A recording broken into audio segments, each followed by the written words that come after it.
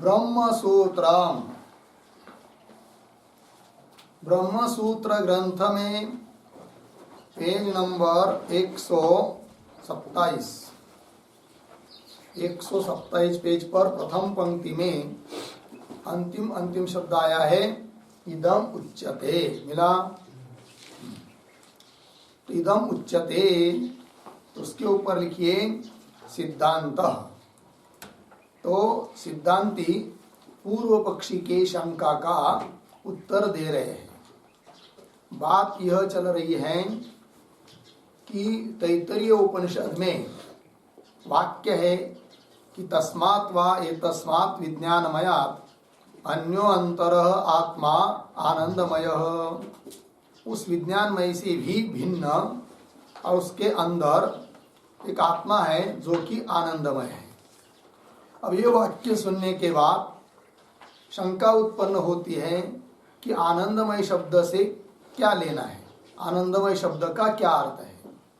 तो प्रकृत प्रारंभ जो हुआ है सत्यम ज्ञानम अनंतम ब्रह्म यहाँ से, तो जो प्रकृत है अर्थात जिससे प्रारंभ हुआ है वही ब्रह्म आनंदमय शब्द का अर्थ है क्या, एक बात। अथवा ब्रह्म से भिन्न कोई अन्य अर्थ है क्या आनंदमय शब्द का, ऐसी शंका जब प्राप्त होती है तब उस पर पूर्व पक्षी कहता है कि ब्रह्म से भिन्न और ही कुछ अर्थ है आनंदमय शब्द का, जो कि अमुख्य अर्थ है। वो कौन है? तो बताया पूर्व पक्षी ने कि अमुख्य ऐसा जो आनंद आत्मा आनंदमय अर्थात जीव ऐसा अर्थ है। क्यों? तो उस पूर्व पक्षी ने बताया कि ये आनंदमय शब्द का पाठ जहाँ हुआ है उसके पूर्व में जो परंपरा चली आई अन्नमय, प्राणमय, मनोमय इत्यादि सब बताया, और वो वास्तविक आत्मा है नहीं है, अमुख्य आत्मा है। और उस अमुख्य आत्मा के प्रभाव में ही पठित है आनंदमय शब्द। अतः आनंदमय शब्द से भी अर्थ, आनंदमय शब्द का अर्थ मुख्य ब्रह्म नहीं अपितु ब्रह्म को छोड़कर अन्य ही कुछ अर्थ है जो कि अमुख्य अर्थ है।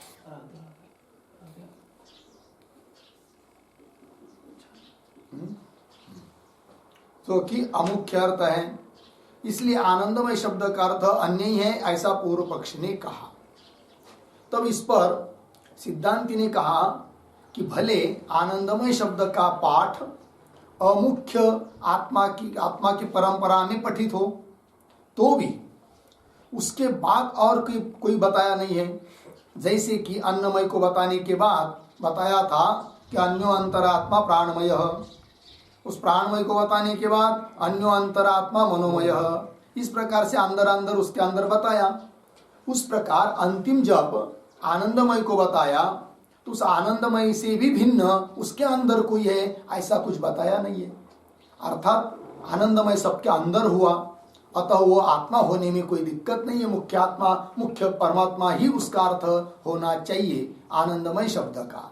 ऐसा जब सिद्धांति बोले तब उस पुनः पूर्व पक्ष ने कहा कि ये नहीं हो सकता, क्योंकि यदि आनंदमय शब्द का अर्थ मुख्य ब्रह्म होता तो श्रुति ने उस आनंदमय शब्द का अर्थ आत्मा के लिए अवयव की कल्पना नहीं की होती, जबकि प्रिय अप्रिय इत्यादि अवयव बताया है आनंदमय को और शरीर का संबंध भी बताया है। अतः आनंदमय शब्द का अर्थ मुख्य ब्रह्म नहीं होगा। यदि मुख्य ब्रह्म होता तो शरीर का संबंध भी नहीं बताती श्रुति और प्रिय अप्रिय इत्यादि अवयव भी नहीं बताती, जबकि बताया है। अतः आनंदमय शब्द का अर्थ मुख्य परमात्मा नहीं है अपितु ब्रह्म को छोड़कर अन्य ही अर्थ है, जीवात्मा वगैरह। ये कहा। तो कुल मिलाकर 3 हेतु हुए। एक तो अमुख्य आत्मा के प्रवाह में पठित है, ये कहा पूर्व पक्ष ने। दूसरा हेतु दिया प्रियादि अवयव का योग बताया है।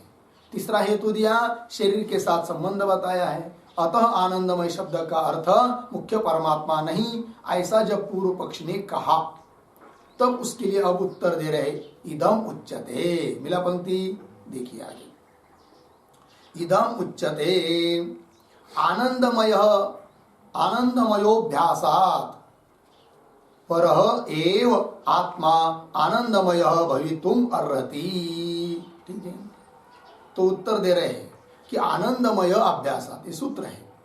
क्या अर्थ उसका कि आनंदमय का बार बार कथन हुआ है, आनंद शब्द का, जो कि परमात्मा के लिए है। अतः आनंदमय शब्द का अर्थ परमात्मा ही लेना उचित है, ऐसा बोल रहे हैं कौन? सिद्धांती। आनंदमय अभ्यासात पर एव आत्मा, पर एव आत्मा मतलब परमात्मा ब्रह्म, वही अर्थ है आनंदमय शब्द का। वही कह रहे पर एव आत्मा आनंदमय भवितुम अर्हति। प्रश्न कर रहे कुतः, क्यों? आनंदमय शब्द का अर्थ परमात्मा ही लेना चाहिए, क्यों? हेतु दिया अभ्यासात। आनंदमय अभ्यास सूत्र है कि नहीं, उसका ही एक भाग है, पद है, प्रतीक है अभ्यासात। अभ्यासात मतलब क्या? उसका अर्थ कर रहे परस्मिन एव आत्मनि, परस्मिन एव ही आत्मनि आनंद शब्द बहुकृतो अभ्यस्यते। ठीक है ना, परस्मिन एव ही आत्मनि, परस्मिन मतलब परमात्मा में ही, परस्मिन आत्मनि मतलब परमात्मा में ही आनंद शब्द बहुकृत्वो अभ्यस्यते। बहुकृत्व मतलब बार बार। आनंद शब्द का श्रुति में अनेक जगह प्रयोग हुआ है और वो आनंद शब्द का प्रयोग परमात्मा में ही हुआ है। अतः बार बार प्रयोग होने के कारण यहाँ पर भी मतलब ये जो श्रुति है अन्यो अंतरात्मा आनंदमय, इस श्रुति में भी आया हुआ पद जो कौन सा? आनंदमय, उसका अर्थ परमात्मा ही लेना चाहिए, परमात्मा ही है, ऐसा बोल रहे सिद्धांती। परस्मिन एव ही आत्मनि आनंद शब्द बहुकृतो अभ्यस्यते। कैसे? तो उसका पता रहे श्रुति में कि बहुत जगह आनंद शब्द का प्रयोग हुआ है। तो उदाहरण के रूप में 2-4 स्थल दिखा रहे हैं। आनंदमयम प्रस्तुत्य, आनंदमय की प्रस्तावना करके, आरंभ करके फिर आगे श्रुति आती है रसो वैसह, यह एक श्रुति है तैत्तरीय उपनिषद 2:6। रसो वैसह, तो यहाँ पर रस शब्द का प्रयोग हुआ है और रस शब्द का अर्थ भी होता है आनंद, है कि नहीं?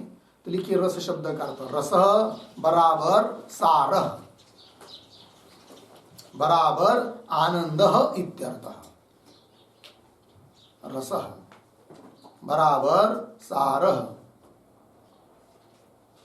बराबर आनंद इत्यर्थः। ठीक है, अतः रस शब्द के रूप में यहां पर भी आनंद शब्द का प्रयोग हुआ है। रसो वैसः इति तस्य एव रसत्वम उक्त्वा उच्यते। इति इस प्रकार तस्य एव हाँ आनंदमय से या परमात्मन एव रसत्वम उक्त्वा, उस परमात्मा के लिए ही रसत्व शब्द का प्रयोग कहकर बोलकर तस्यैव रसत्वम उक्त्वा उच्यते। और आगे कहा गया है, क्या कहा गया? तो रसम ही एव अयम लब्ध्वा आनंदी भवति इति। को ही एव अन्यात् कह प्राण्यात् यद एष आकाश आनंदो न स्यात् एष ही एव आनंद याति। तैत्तरीय उपनिषद 2:7। ठीक है जी, चलिए। तो रसम ही एव अयम लब्ध्वा आनंदी भवति, पहला वाक्य। तो इसका थोड़ा अन्वय करते हैं। अयम रसम ही एव लब्ध्वा आनंदी भवति। अयम रसम ही एव लब्ध्वा आनंदी भवति, पहले ये वाक्य हुआ। तो अयम पद आया। अयम पद का क्या अर्थ है? तो अयम पद का अर्थ है कि अयम मतलब लोकः बराबर जनः।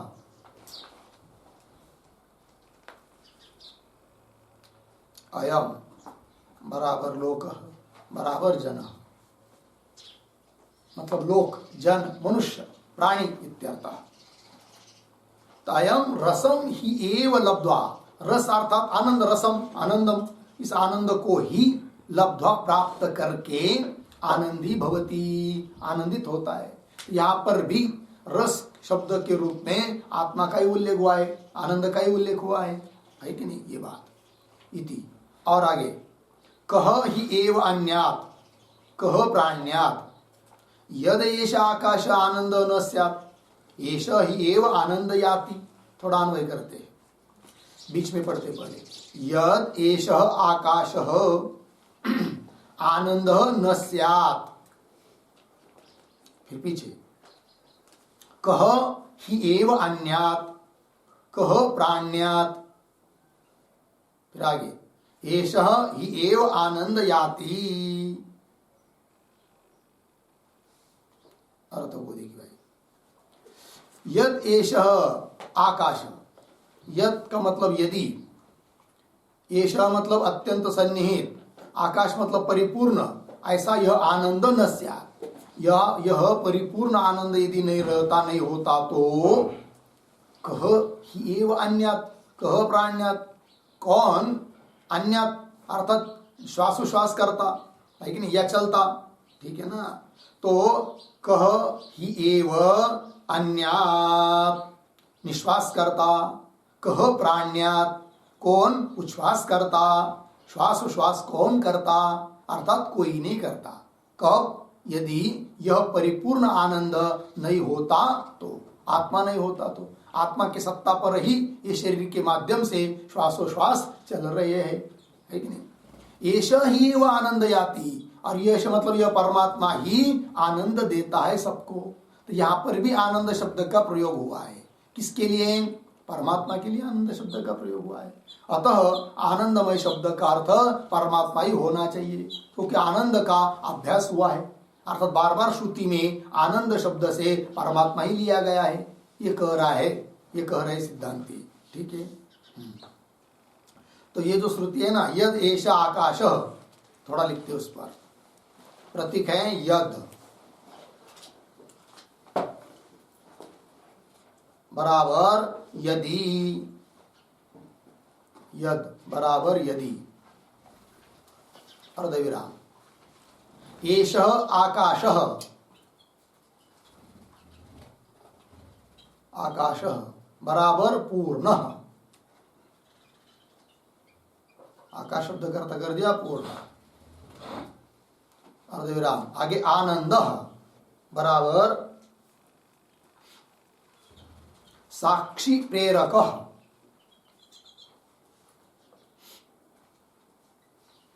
साक्षी प्रेरक न स्यात्, न स्यात्, अर्धविराम, तदा कह वा अन्यात्, कह वा अन्यात् बराबर चलेत, चलेत, अर्धविराम, कह वा प्राण्यात्,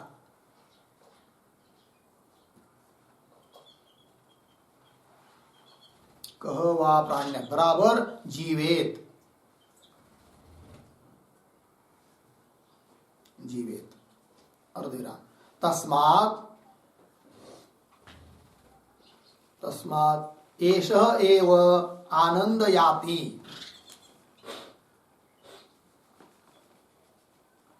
एषः एव आनंद याति बराबर आनंदयति, आनंदयति इत्यर्थः।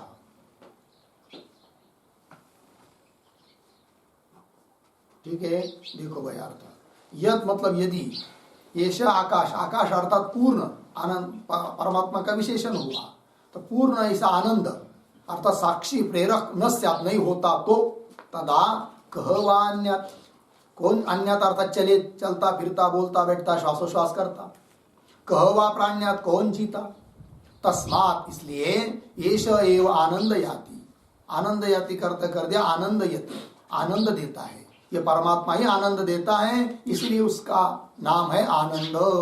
अर्थात परमात्मा के लिए आनंद शब्द का प्रयोग बहुत बार हुआ है श्रुति में। ठीक है, चलिए मूल पंक्ति में आइए भाष्य में। एष ह्येव आनंद याति, आगे सैषा आनंदस्य मीमांसा भवति, सा एषा आनंदस्य मीमांसा भवति। यही आनंद की क्या है? मीमांसा है, अर्थात विचारणा है, आनंद को बताया गया है। ठीक है, हाँ, तो मीमांसा भवति, मीमांसा का अर्थ लिखिए, उसके ऊपर लिखिए उद्धरण चिन्ह में, युवा स्यात् साधु युवा,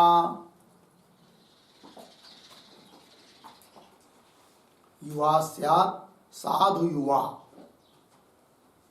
इस वाक्य को उद्धरण चिन्ह में, युवा स्यात् साधु युवा।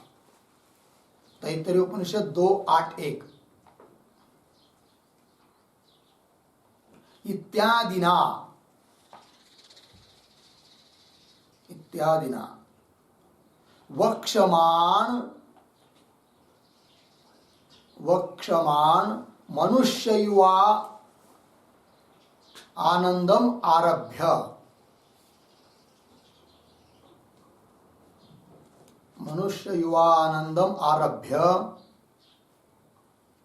ब्रह्मानंदावसाना, ब्रह्मानंदावसाना एषा,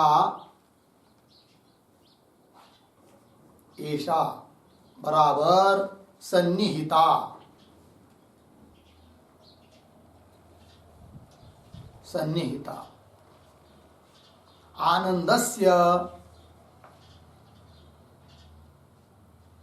आनंदस्य तारतम्य मीमांसा,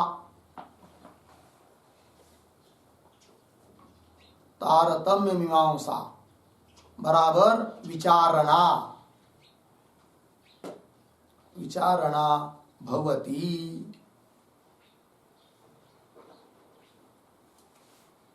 ठीक है, देखिए भाई, तो तैत्तरीय उपनिषद में युवा स्यात् साधु युवा इत्यादि 2:8-1 इत्यादि वाक्यों के द्वारा आनंद की मीमांसा की गई है, आनंद के बारे में विचार किया गया है तारतम्य रूप से, किसका कितना आनंद है, उससे 100 गुना आनंद किसका, उससे 100 गुना आनंद किसका है, उससे 100 गुना आनंद किसका है, इस प्रकार की विचारणा की गई है। तो वही मनुष्य हो, मनुष्य का शरीर हो, युवा हो, है कि नहीं, राजा हो, सार्वभौम राजा हो, उसका आनंद, इस प्रकार की मीमांसा वहां की गई है, विचारणा। तो युवा आनंदम आरभ्य, उस आनंद से आरंभ करके ब्रह्मानंदावसान, अंतिम बताया है ब्रह्मानंद को, वो सबसे बड़ा आनंद, उससे बड़ा और कोई दूसरा आनंद नहीं। ब्रह्मानंदावसान, अवसान अंतिम, ऐसा सन्निहिता, क्या? आनंदस्य तारतम्य मीमांसा, आनंद की न्यूनाधिक मीमांसा अर्थात विचारणा की गई है। ठीक है, चलिए मूल में, सा एषा आनंद से मीमांसा भवति। आगे, एतम आनंदमयम आत्मानम उपसंक्रामति, ठीक है ना, एतम आनंदमयम अर्थात विद्वान ज्ञानी पुरुष इस आनंदमय आत्मा को ही उपसंक्रामति, उपसंक्रामति का अर्थ है प्राप्त करता है, इस आनंदमय आत्मा को, परमात्मा को ही प्राप्त करता है। ठीक है, और आगे दे रहे, आनंदम ब्रह्मणो विद्वान न बिभेति कुतश्चन, ये भी तैत्तरीय उपनिषद ही है 2:8-9। तो आनंदम ब्रह्मणो विद्वान न बिभेति कुतश्चन, इसका अन्वय ब्रह्मणः आनंदम विद्वान,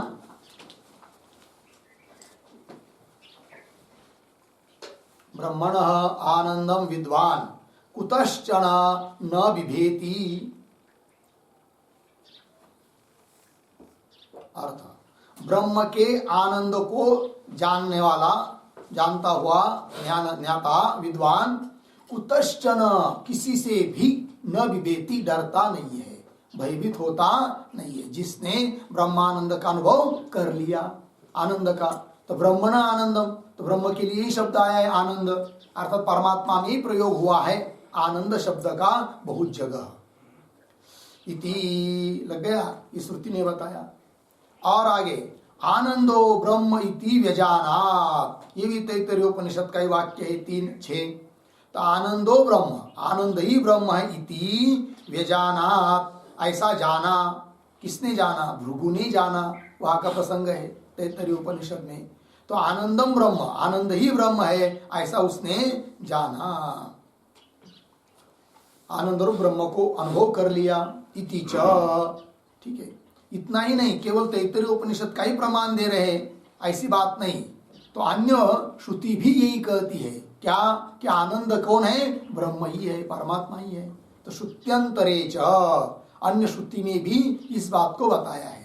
कौन श्रुति है वो? तो श्रुति दे रहे विज्ञानम आनंदम ब्रह्म, बृहदारण्यक 3:9-28।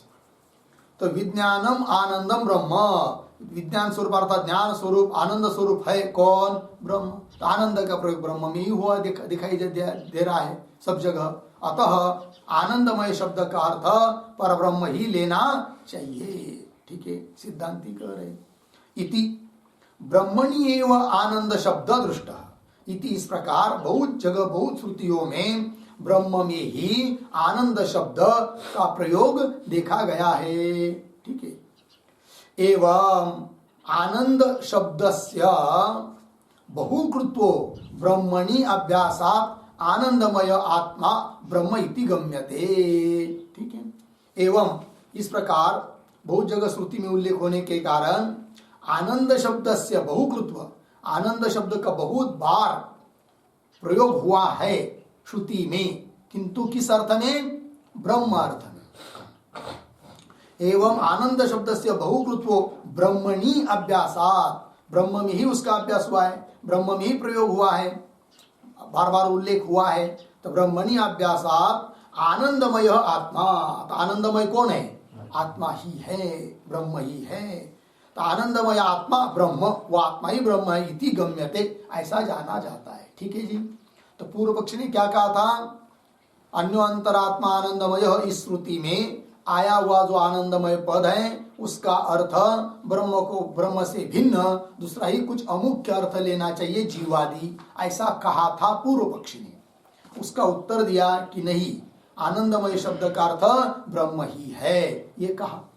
अब पूर्व पक्षी ने जो हेतु दिए थे 3, है कि नहीं, कि जिसके कारण आनंदमय शब्द का अर्थ ब्रह्म नहीं कर सकते, है कि नहीं, इसलिए हेतु दिया था। कौन कौन हेतु दिए थे पूर्व पक्षी ने? पहला हेतु था अमुख्य आत्मा के प्रवाह में पठित है कौन? आनंदमय शब्द, तो उसका खंडन कर रहे हैं। और प्रिय अप्रिय इत्यादि अवयव बताए हैं और शरीर का संबंध बताया है, ये 3 बात, उन तीनों हेतुओं का खंडन कर रहे हैं आप सिद्धांति। आगे चलिए, यत्तु उक्तम अन्नमयादि अमुख्य आत्म प्रवाह पतितत्वात् आनंदमयस्य अपि अमुख्यत्वम इति यत्तु उक्तम, ऐसा हे सिद्धांति कर रहे पूर्व पक्षी को, हे पूर्व पक्षी, ऐसा जो तुमने कहा था, क्या कहा था? कि अन्नमयादि अमुख्य जो आत्मा है उस आत्मा के प्रवाह में ही पठित है आनंदमय शब्द। अतः अन्नमय, प्राणमय, इन इत्यादि शब्दों का अर्थ जैसा मुख्य ब्रह्म नहीं है, अपितु अमुख्य शरीराधिक है, ब्रह्म से भिन्न शरीराधिक है, उसी प्रकार उसी प्रवाह में पठित होने के कारण आनंदमय शब्द का अर्थ भी मुख्य परमात्मा नहीं लेना चाहिए, अपितु मुख्य ब्रह्म को छोड़कर अन्य ही कुछ अर्थ लेना चाहिए। ऐसा जो हे पूर्व पक्षी तुमने कहा था वो तुम्हारा कहना ठीक नहीं है, कोई दोषावह नहीं है, ऐसा बोल रहे अब सिद्धांति। क्यों? तो उसका उत्तर दे रहे, यत्तु उक्तम, क्या उत्तम? अन्नमयादि अमुख्य आत्म प्रवाह पतितत्वात्, अमुख्य आत्मा के प्रवाह में, परंपरा में पतित अर्थात पठित होने के कारण आनंदमयस्य अपि, आनंदमय शब्द का अर्थ भी अमुख्य है, इति यत्तु उक्तम, अब कह रहे न असौ दोष, असौ दोष न, यह भी कोई दोष नहीं है। बोलेंगे क्यों? हेतु दे रहे आनंदमयस्य सर्वांतरत्वात्, ये हेतु दिया। वो आनंदमय कैसा है? सर्वांतर है ना। इसीलिए भले अमुख्य आत्मा के प्रवाह में पठित हो तो भी उसका अर्थ मुख्य परमात्मा ही है, क्योंकि वो क्या है? सर्वांतर है। मतलब क्या? जैसे अन्य अमुख्य आत्मा को बताते समय बताया गया आगे आगे कि उससे अंदर, उससे भिन्न, उससे अंदर ये मन प्राणमय आत्मा है। फिर उससे बताया क्या? अन्य अंतरात्मा मनोमय, उस प्राणमय से भी भिन्न, उसके भी अंदर मनोमय आत्मा है। ऐसा करते करते करते विज्ञानमय को बताया। विज्ञानमय को बताने के बाद अन्य अंतरात्मा आनंदमय ये बताया। किंतु आनंदमय को बताने के बाद उसके अंदर और किसी को नहीं बताया। वो अर्थात तो सबके अंदर हुआ कौन? आनंदमय। अतः भले अमुख्य आत्मा के प्रवाह में पठित हो किंतु उसके अंदर और कोई नहीं है, वही सबके अंदर है। इसलिए आनंदमय शब्द का अर्थ मुख्य परमात्मा ही होगा। लगे अर्थ? चलिए, आनंदमयस्य सर्वांतर। हाँ, आनंदमय को बताने के बाद भी यदि और आगे वाक्य होता कि अन्य अंतरात्मा और दूसरा कोई बताया होता, आनंदमय से भी भिन्न और कोई बताया होता, तब तो आनंदमय शब्द का अर्थ हम भी कहते कि मुख्य ब्रह्म नहीं है और ही कुछ है, किंतु ऐसा हुआ नहीं है। अतः आनंदमय शब्द का अर्थ मुख्य परमात्मा ही है, ऐसा बोल रहे सिद्धांति। आनंदमयस्य सर्वांतरत्वात् होगा इतना। आगे चलिए, मुख्यम एव ही आत्मानम उपदिदिक्षु। मिला? तो ये जो पंक्ति आ रही है मुख्यम एव, उसके अवतरणिका के रूप में एक वाक्य लिखते हैं।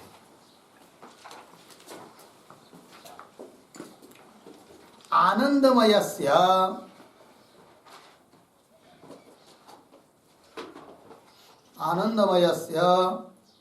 सर्वांतरत्वम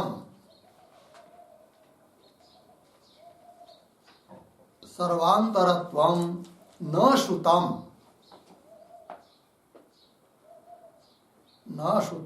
इति आशंक्य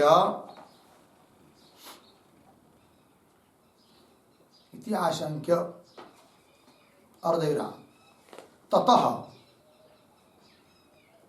ततः कौंस में लिखिए आनंदमयात कौंस बंद अन्यस्य अनुक्तेः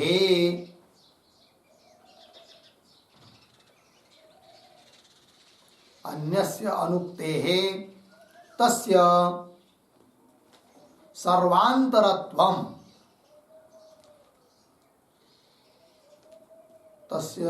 सर्वांतरत्वम इति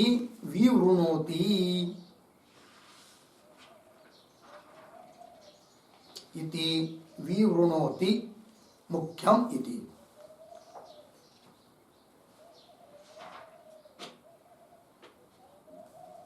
ठीक, अर्थ देखिए भाई।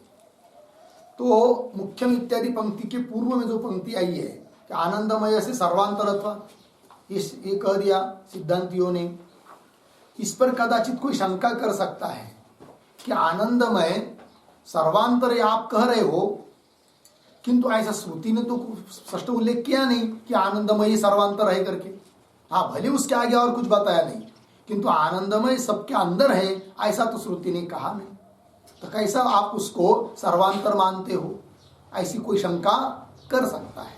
देखिए क्या, आनंदमय से सर्वांतरत्व न श्रुतम इति आशंक्य, ऐसी कोई शंका करेगा तो कह रहे ततः का अर्थ कर दिया आनंदमय, अन्य से आनंदमय से भिन्न किसी को बताया नहीं, अनुक्ते हैं, और किसी को न बताने के कारण तस्य सर्वांतरत्व, वो सर्वांतर ही है। इति विवृणोति, इस बात का स्पष्टीकरण कर रहे हैं सिद्धांती मुख्यम एव इत्यादि पंक्ति के द्वारा। तो पंक्ति को पढ़िए मूल में। मुख्यम एव ही आत्मानं उपदिदिक्षु शास्त्रम लोक बुद्धिम अनुसरत अन्नमयम शरीरम अनात्मानम अत्यंत मूढ़ानाम आत्मत्वेन प्रसिद्धम अनुद्य। वह इतना तो थोड़ा सा इतने शब्दों का अन्वय करते हैं, फिर आगे पढ़ते हैं। वाक्य पूरा नहीं हुआ किंतु अनुद्य अनुवाद करके तो लोक बुद्धिम अनुसरत तक सरल है। मुख्यम एव ही आत्मानम उपदिदिक्षु शास्त्रम लोक बुद्धिम अनुसरत, मिला इतना सरल है। उसके बाद अत्यंत मूढ़ानाम आत्मत्वेन प्रसिद्धम, पीछे आइए, अनात्मानम, उसके पीछे अन्नमयम शरीरम, फिर आगे अनुद्य, हुआ इतना। आगे पंक्ति वाक्य पूरा बोल लेते हैं। मुषा निषिक्त द्रुत ताम्रादि प्रतिमावत ततः अंतरम इति एवं पूर्वेण समानम उत्तरम अनात्मानम, मिला जी, अनात्मानम आत्मा इति ग्रहायत। क्यों? प्रतिपत्ति सौकर्यापेक्षया सर्वांतरम मुख्यम आत्मानम मुख्यम आनंदमयम आत्मानम उपदिदेश इति श्लिष्टतरम। होगा इतना? हाँ, ये वाक्य होगा। तो अंतिम बीच में आया है, अंतिम वाक्य में देखिए, उत्तरम अनात्मानम, मिला इतना। उसके बाद कैसा पढ़ेंगे थोड़ा देखिए। उत्तरम अनात्मानम, दो शब्द छोड़कर, दो तीन शब्द छोड़कर, प्रतिपत्ति सौकर्यापेक्षया,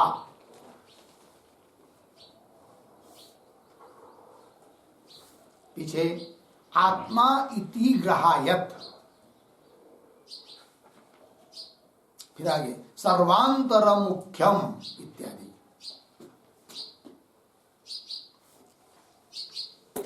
देखो भाई, अब शुरू से देखते हैं। तो वो आनंदमय ही सर्वांतर है।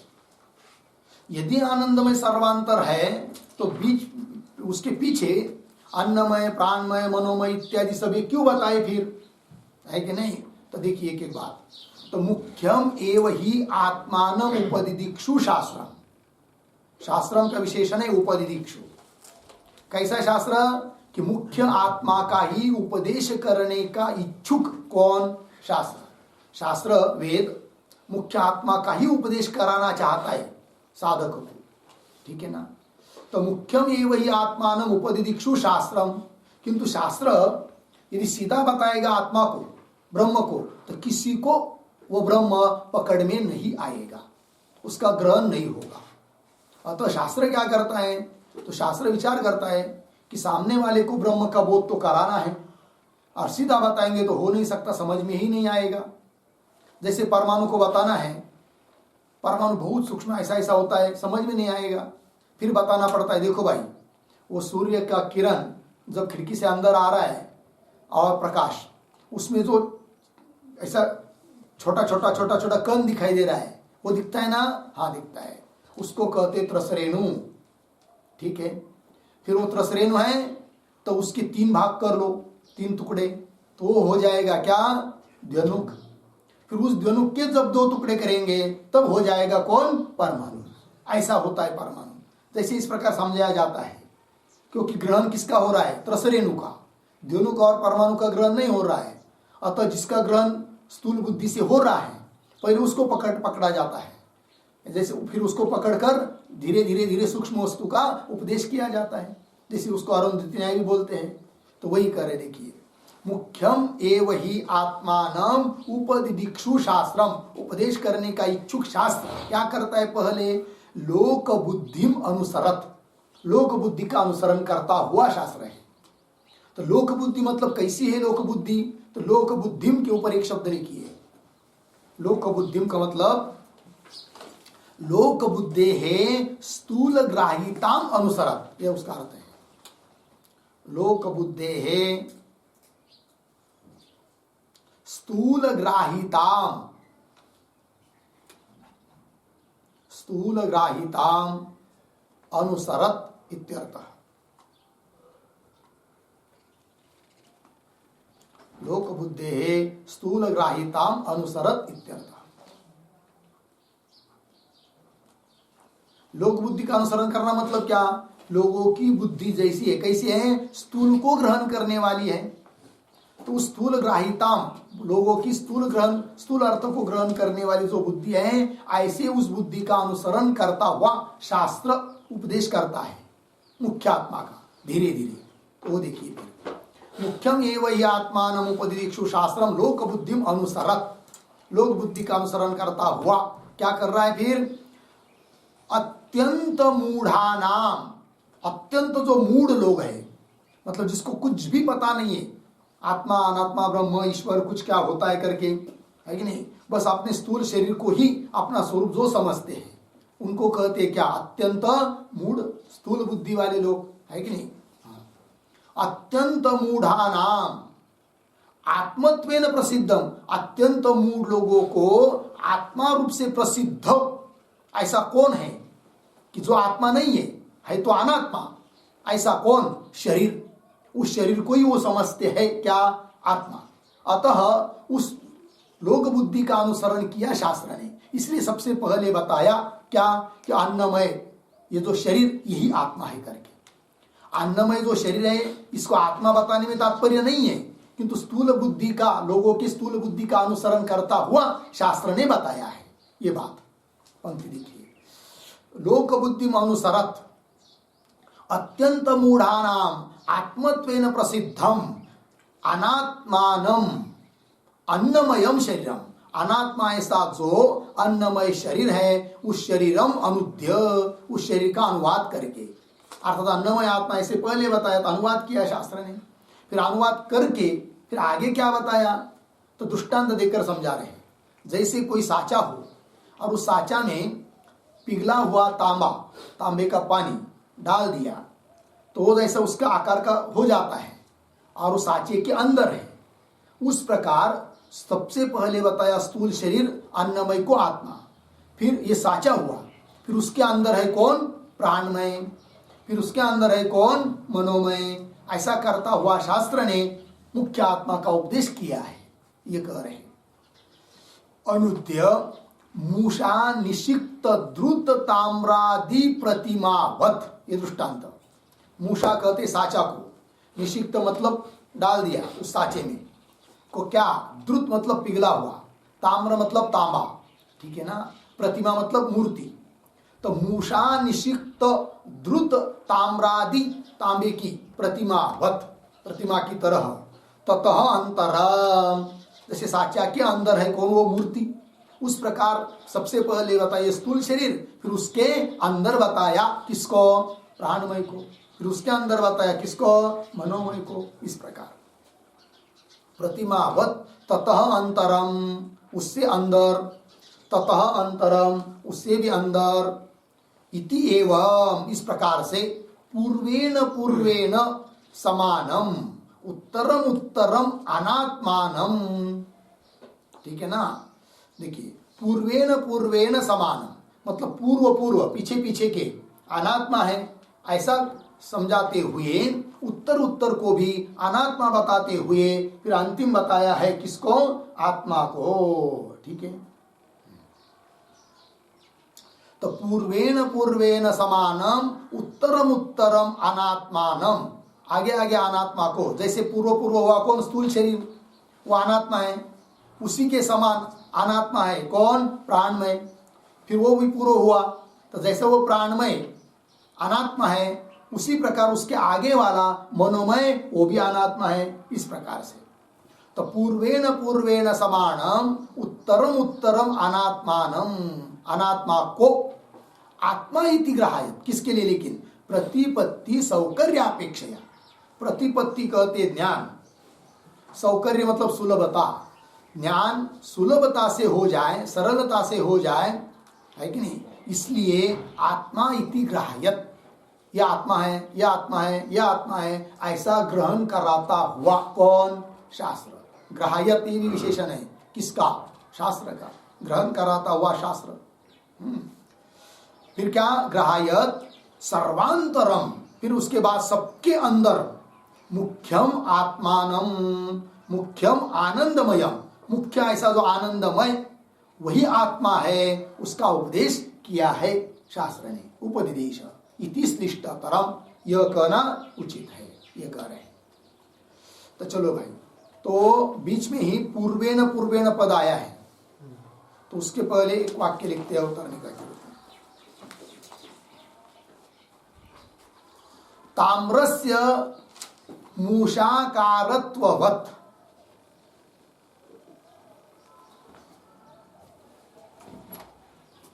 ताम्रस्य मूषाकारत्ववत् प्राणस्य देहाकारत्वम्,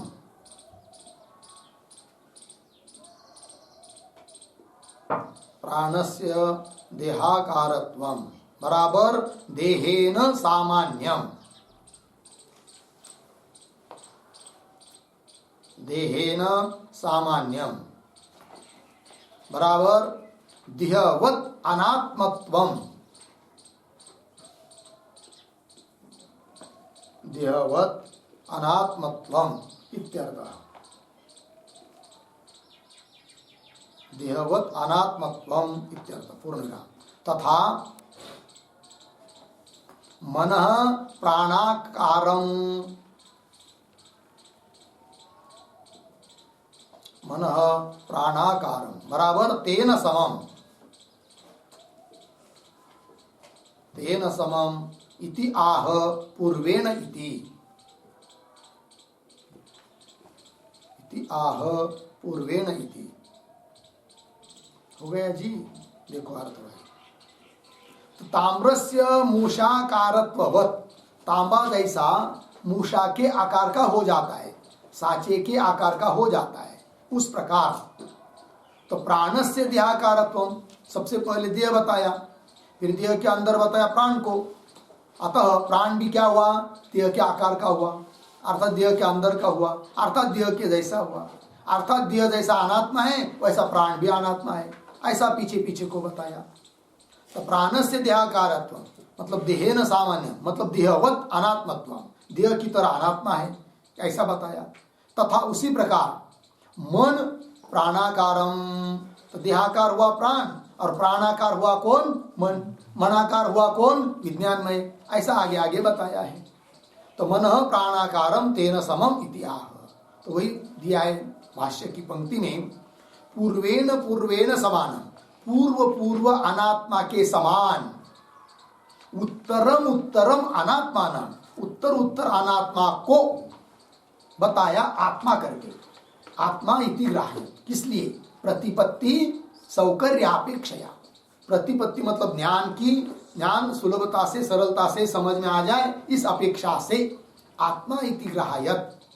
फिर आगे सर्वांतरम, सबके अंदर, मुख्यम आनंदमय, मुख्य ऐसा जो आनंदमय, उस आनंदमय को ही बताया फिर आत्मा करके।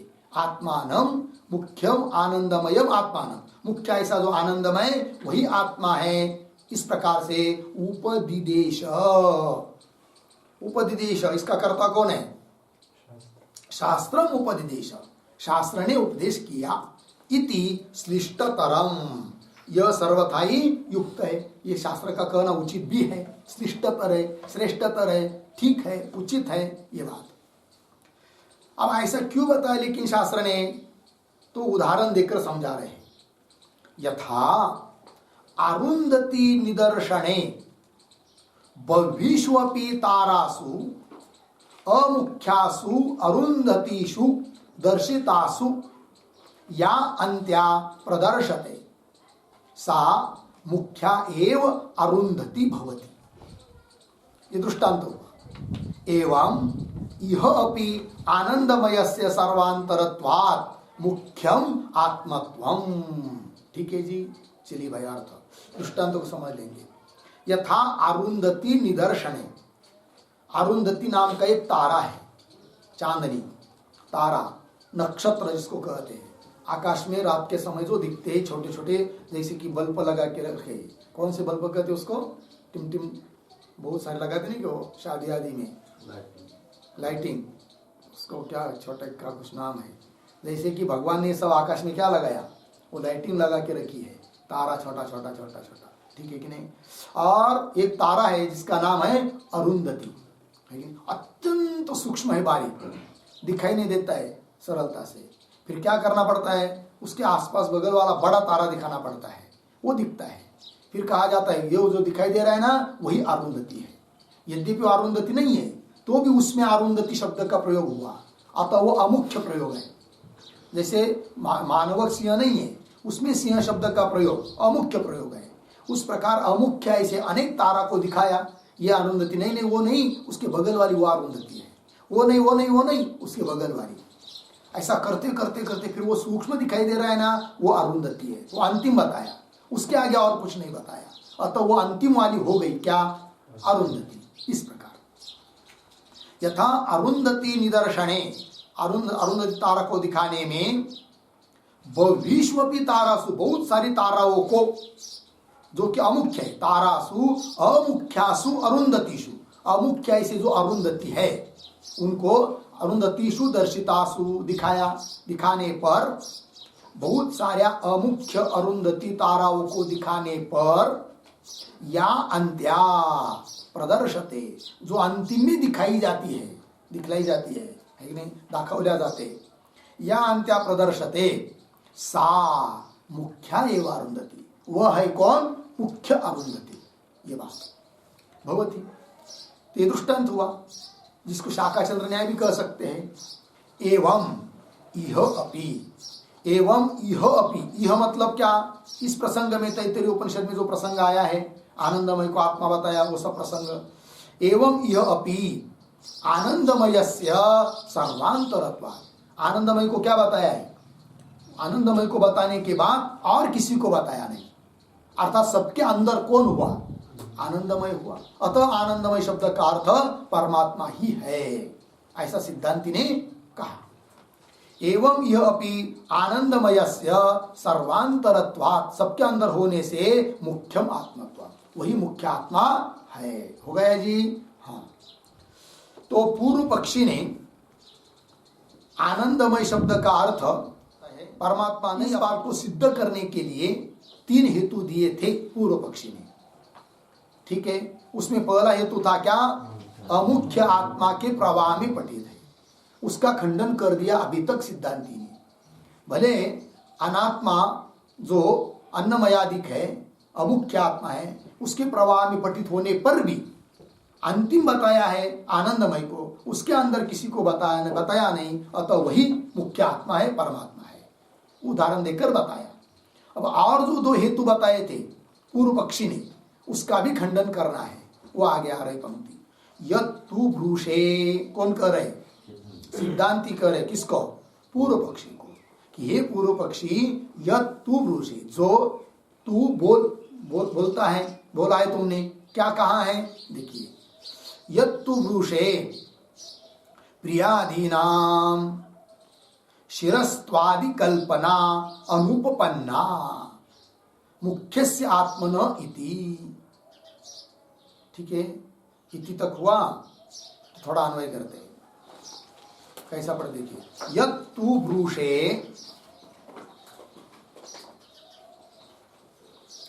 मुख्यस्य आत्मनः, मुख्यस्य आत्मनः प्रियादीनां शिरस्त्वादि कल्पना अनुपपन्ना इति, प्रियादीनां शिरस्त्वादि कल्पना अनुपपन्ना इति। हो गया इतना, आगे पढ़ता हूं पंक्ति, फिर उसका भी अन्वय करेंगे। अतीत अनंतरोपाधि वर्जिता सा, कैसा पढ़ेंगे, इति के बाद सा अतीत अनंतरोपाधि जनिता,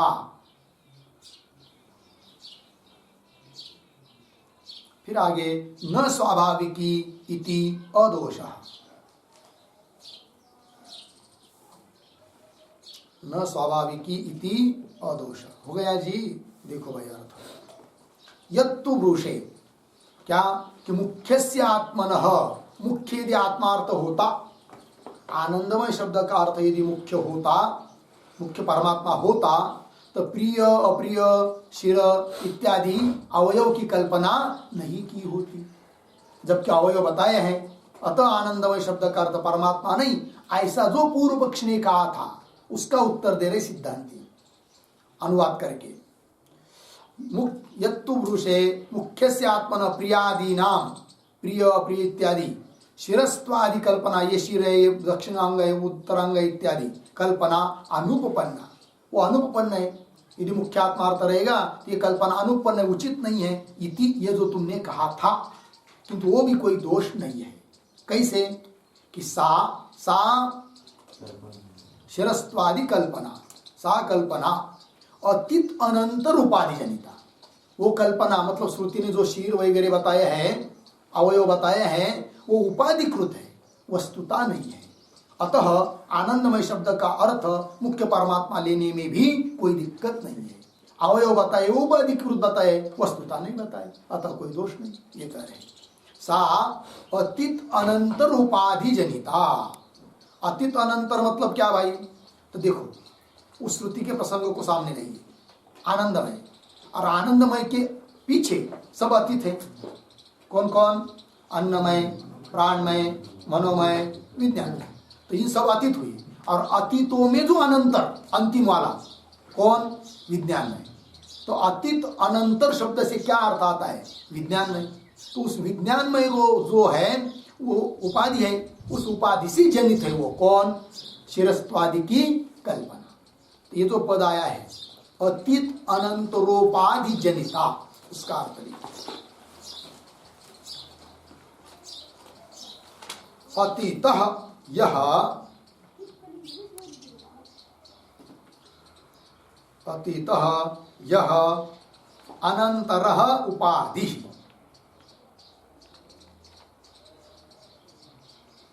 अनंतरः उपाधि विज्ञानकोशः,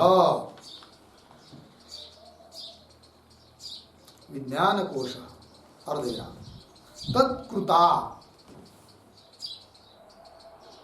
तत्कृता सावयवत्व कल्पना भवति, सावयवत्व कल्पना भवति अर्धेरा न स्वाभाविकी, न स्वाभाविकी इति अदोषः इत्यर्थः, इति अदोषः इत्यर्थः। अर्थ देखिए, अतीतः यह अनंतरः, अतीत जितने हुई उसमें जो अनंतर है कि नहीं, अनंतर उपाधि वो कौन? विज्ञान कोश, विज्ञानमय कोश। तत्कृता, उसके द्वारा की गई है कल्पना, सावयवत्व की कल्पना है कि नहीं। न स्वाभाविक, स्वाभाविक परमात्मा में ही अवयव है ऐसी बात नहीं। तो उपाधि को लेकर संगति लग जाती है अवयवों की, अवयव कल्पना की, अतः वो भी कोई दोष नहीं है। अतः आनंदमय शब्द का अर्थ मुख्य परमात्मा लेना ही योग्य है, ऐसा सिद्धांति कह रहे हैं। सा अतीत अनंतरोपाधि जनिता न स्वाभाविकी, न स्वाभाविकी क्या? स्वाभाविकी मतलब कौन? शिरस्त्वादि कल्पना, शिरस्त्वादि कल्पना स्वाभाविकी न, उपाधि जनिता, उपाधि के कारण है। न स्वाभाविकी इति अदोषा। लग गया पंक्ति?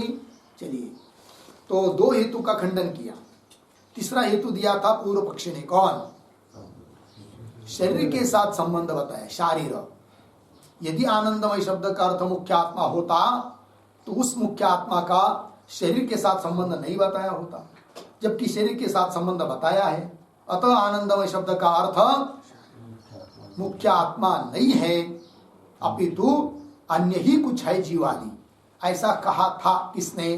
पूर्व पक्षी। उसका उत्तर देने अभी शारीरत्वम अपि आनंदमयस्य अन्नमयादि शरीर परंपरया प्रदर्शमानत्वात्। ठीक है, थोड़ा अन्वय। आनंदमयस्य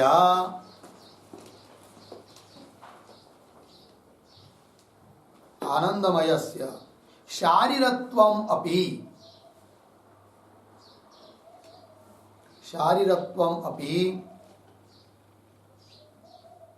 अन्नमयादि शरीर परंपरया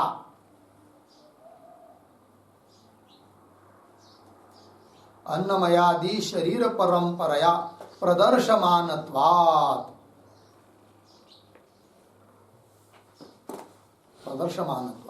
ठीक है, आगे का एक वाक्य देखिए।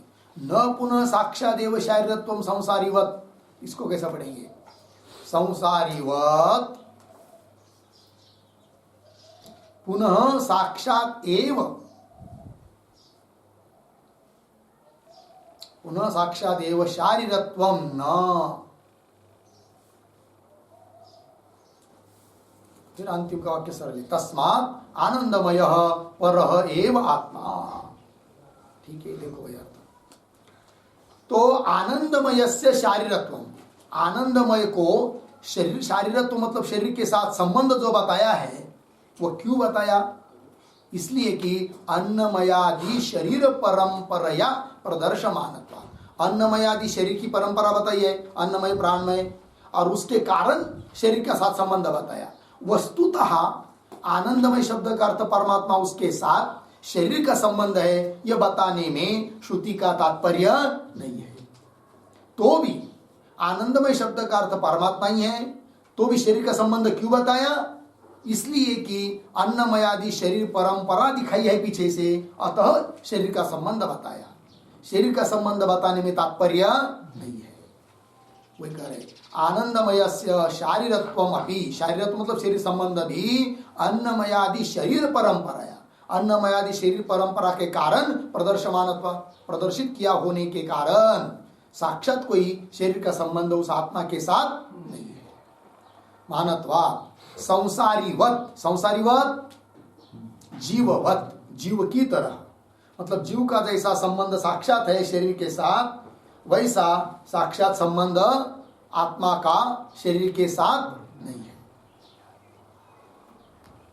देखो भाई, संसारीवत पुनः साक्षात एवं शारीरत्वम न, साक्षात शरीर के साथ संबंध उस आत्मा का नहीं है। तस्मात्, इसलिए आनंदमय पर एव आत्मा। फिर अंतिम में सिद्ध कर दिया, सिद्ध हो गया सिद्धांति के कहने के अनुसार कि आनंदमय शब्द का अर्थ क्या है? परमात्मा ही है। उन हेतुओं का, पूर्व पक्षी की हेतुओं का खंडन कर दिया और युक्ति भी दे दिया कि आनंद शब्द का प्रयोग बहुत जगह हुआ है, अतः आनंदमय शब्द का अर्थ परमात्मा ही है। हो गया जी। तस्मात् आनंदमय पर एव आत्मा, पर एव आत्मा मतलब परमात्मा ही है, मुख्य आत्मा ही है, ये बात हो गई। ठीक है, हो गया इतना। फिर और आगे सूत्र आ रहा है दूसरा, ये 12 नंबर का सूत्र यहाँ पर पूरा हुआ। आगे का विचार हम लोग कल करेंगे। ओम पूर्णमदः पूर्णमिदं पूर्णात् पूर्णमुदच्यते पूर्णस्य पूर्णमादाय पूर्णमेवावशिष्यते। ओम शांति शांति शांति।